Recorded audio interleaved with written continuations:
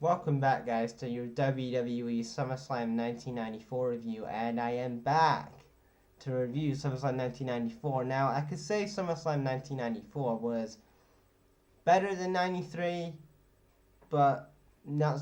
It was better, I would say, than 93 because 93 was a clusterfuck of a mess for SummerSlam 93, and then you get to 94 was a bit better.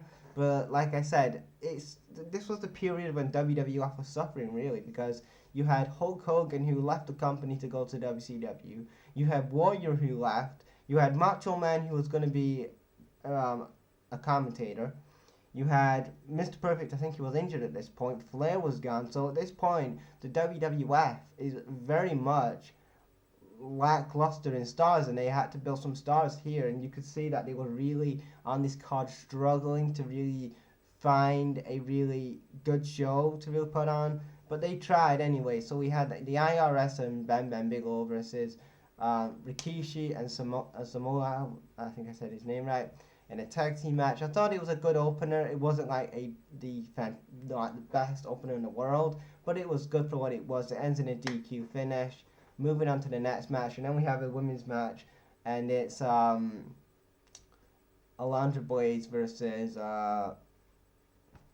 what's her name? I think versus Luna Fajan or something like that for the women's title. And then this was the first time that the women's title was ever defended at SummerSlam, because you look at the past couple of SummerSlams, to 88 to now, there was no women's match. The women were involved, like as valets, but they were never involved in a women's storyline or a women's feud. So really, in my opinion, that this was a really good thing by the WWE to finally create a women's division and finally to put a women's match on at a Big Four pay-per-view. And it wasn't the best match, like I said, but I'm glad that they actually did that.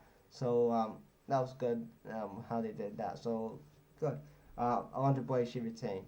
Then after that, we had Razor Ramon and Diesel for the IC title. Diesel was the champion at this point. Him and Shawn Michaels are also were the tag team champions. And this would lead up to obviously Diesel and Shawn Michaels slowly having a match down the road as well, because after this match, Diesel was pissed at Shawn. So actually, the match was actually pretty good. I wouldn't say it was the best match of the night. Clearly not even going to touch the match of the night, what I'm going to talk about later on. But this was a really good match. This was a really good match. And yeah, a lot of good back and forth. Shawn Michaels and Walter Payton, he played this kind of part, and he was like the celebrity at this year's SummerSlam. And he played his role very well. He was just there to be the enforcer for Razor, because Shawn was the enforcer for Kevin Nash. And, all four guys played their roles pretty well. Shawn tries to get involved in the match, but Payton, why? Yeah. Well, Payton then throws HBK out of the ring. Then Razor covers his arm over Diesel and gets the win. And Razor Ramon is your new IC champion. He's a 3-time IC champion at this point. So there's a good finish here. And obviously at the end of the match, it was Diesel getting pissed off at Shawn, and that would lead up to a match down the road between those two guys. Then after that, we had what did we have after that? Oh yeah, then we had some filler matches with Jeff Jarrett and Mabel. Jeff Jarrett wins. It was pointless at that point. Then we have The Undertaker v. Undertaker. Now, this match was the main event. Now, I don't think this should have been the main event. It was very much filler in my opinion. Shouldn't have gone on last. I know the story was built up well. It would be built up decent, but I wouldn't say that. I didn't want this to main event. I wanted to see Bret Hart versus Owen Hart main event. And obviously, the real Undertaker hits 3 tombstones on the fake Undertaker, throws him into the casket, and gets the win. I do want to also talk about Tatanka versus Lex Luger. They had another filler match, and it was like, to me, the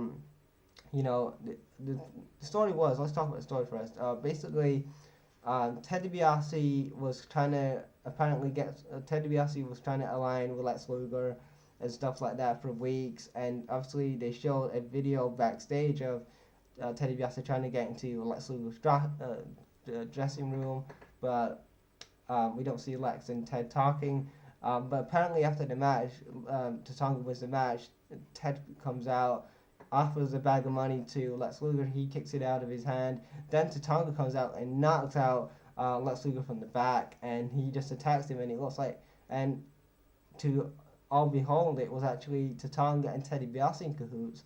And they were forming the corporation with Ben Bigelow, IRS, and now it was Tatanka joining the group. I thought that this was a good angle here, a good swerve. I liked it. And then we get to the true main event, the main event that should have happened. It was Bret Hart versus Owen Hart, brother versus brother for the WWF Championship inside a inside a steel cage match. And then you had all the family out there like you did in '92 and stuff like that. And all of the Harts played their role perfectly.